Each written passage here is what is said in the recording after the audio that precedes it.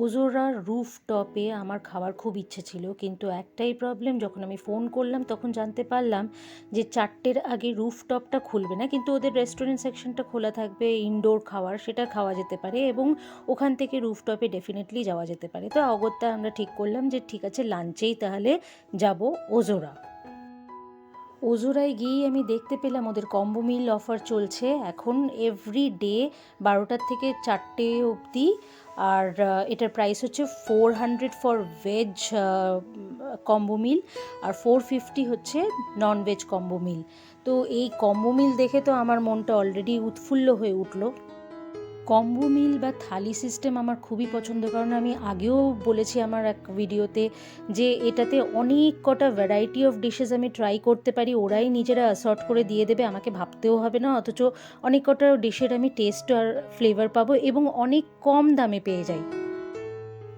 এখানে প্রত্যেকটা টেবিলে কিউআর কোড থাকে, সেই কিউআর কোডটা মোবাইল দিয়ে স্ক্যান করলে ওদের মেনুটা দেখা যায়। তো আমরা সেইখান থেকে কিউআর কোড স্ক্যান করে মেনুটা দেখে কয়েকটা ফুড আইটেম আমরা অর্ডার দিয়ে বেরিয়ে পড়লাম ওদের রুফটপে। ওজোরার মেন অ্যাট্রাকশন হচ্ছে এই ছাদটা। ওজোরা অ্যাকচুয়ালি অ্যাক্রোপোলিস মলের 19th ফ্লোরে, তাহলেই বোঝা যাচ্ছে যে কতটা উপর থেকে আমরা দেখতে পাচ্ছি কলকাতাকে। তো এটা একটা অসাধারণ ফিলিং, মানে এত উপর থেকে কলকাতাকে দেখা, মানে চারিদিকটা এত সুন্দর লাগবে এবং ওখানে ছবি তোলা, বন্ধুবান্ধবদের সঙ্গে গল্প করা, আড্ডা দেওয়া একটা আলাদাই মজা। এই রুফটপে কয়েকটা ছবি তুলে তারপর আমরা আবার চলে গেলাম ইনডোরে খাবার খেতে।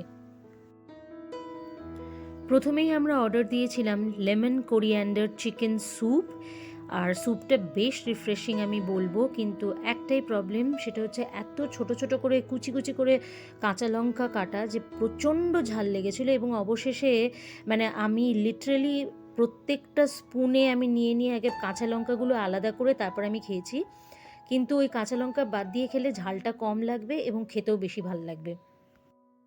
মেইন কোর্সে আমার দুই বন্ধু অর্ডার করেছিল চিকেন ফ্রাইড রাইস আর prawn in chilli basil sauce, আর আমি আর আমার আরেক বন্ধু তা আমরা অর্ডার করেছিলাম এশিয়ান কম্বো মিল ননভেজ আর কন্টিনেন্টাল কম্বো মিল ননভেজ।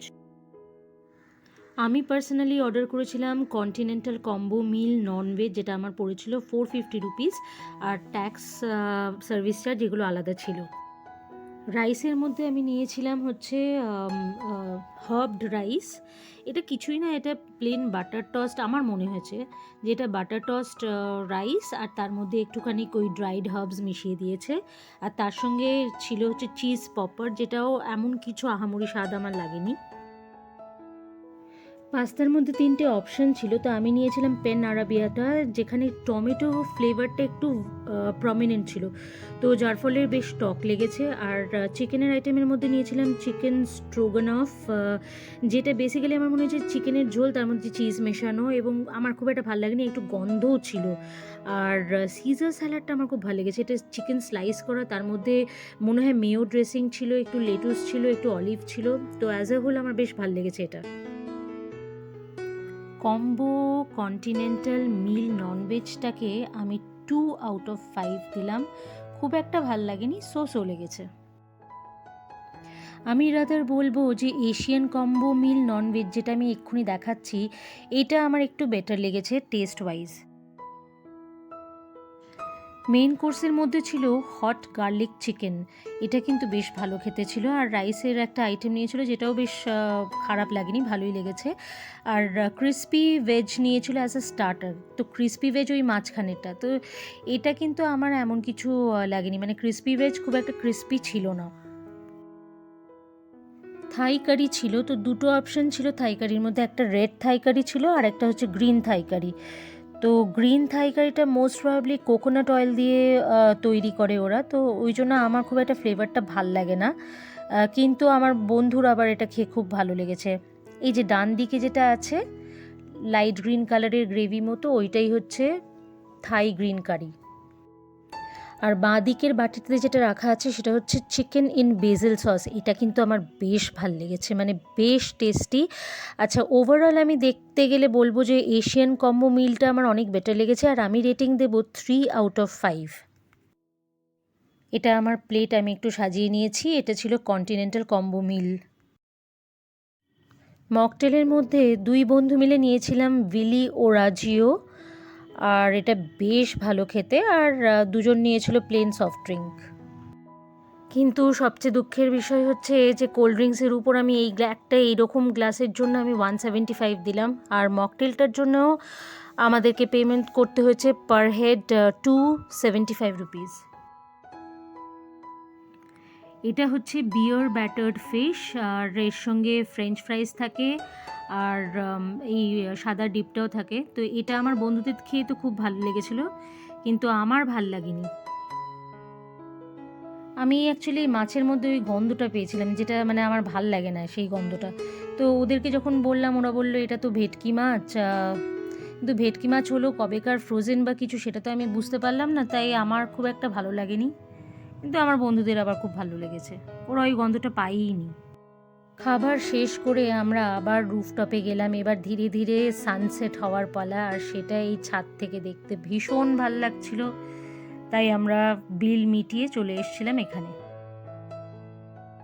4টের পর থেকে রুফটপটা খুলে যায় এবং এটার অ্যারেঞ্জমেন্ট পুরো আলাদা ভিতরের রেস্টুরেন্টের থেকে, এবং এখানে আলাদা করে 1000 রুপিস পার হেড দিতে হয়। আর এটা অবশ্য বিলের সঙ্গে অ্যাডজাস্ট হয়ে যায়।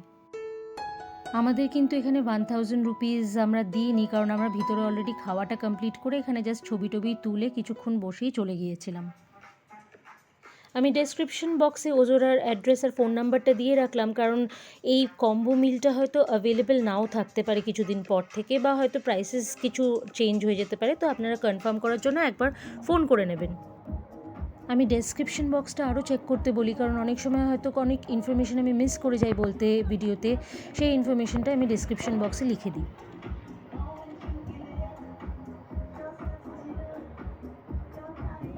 বিকেলের এই রুফটপের একটা আলাদাই রূপ দেখলাম। এখানে হালকা মিউজিক চলছে, মাঝখানে বার আছে, কারো যদি ইচ্ছা করে তারা হুকাও টানতে পারে।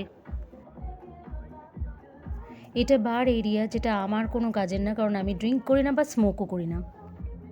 ওজোরাতে সেম প্রাইসে ইন্ডিয়ান কম্বো মিলও ছিল, যেমন 400 for veg and 450 for non veg. পরের বার যদি যাই তাহলে আমি ওইটা খাওয়ার আমার ইচ্ছে রইল ডেফিনেটলি। এগুলোকে দেখে আমি বুঝতে পারিনি, আমরা জাস্ট গল্প করছিলাম, তখন একজন এসে বললেন যে আপনারা কি হুকা টানতে চান। তো আমরা তখন আমি রিয়েলাইজ করলাম, আচ্ছা এটা তো হুকা জিনিস, তো যেটা আমাদের প্রয়োজন নেই, সুতরাং আমরা না করে দিয়েছিলাম। সন্ধেবেলার দিকে ওজোরা এত সুন্দরভাবে সাজায় লাইট দিয়ে এবং হালকা মিউজিক চলে এখানে, মানে আলাদাই একটা পরিবেশ, আর বেশ ভাইব্রেন্ট পরিবেশ আমি বলবো। আমরা এসছিলাম দুপুরের দিকে, কিন্তু যেতে যেতে প্রায় বিকেল 5:30 তো বেজেই গিয়েছিল, এবং 5:30টার সময় যখন আমাদের মনে হলো যে একটু বেশ চা খেলে বা কফি খেলে হতো, তো আমরা ওদেরকে যখন রিকোয়েস্ট করলাম, ওরা তখন বললো যে যেহেতু আপনারা রেস্টুরেন্ট থেকে এখানে এসছেন, তো ওইখানেই আপনাদের খেতে হবে, এইখানে খেতে গেলে আলাদাভাবে ওই 1000 টাকা কেটে তবে খেতে হবে। তো আমরা প্রেফার করলাম যে ঠিক আছে, আমরা বাইরে গিয়েই কফিটা খাবো।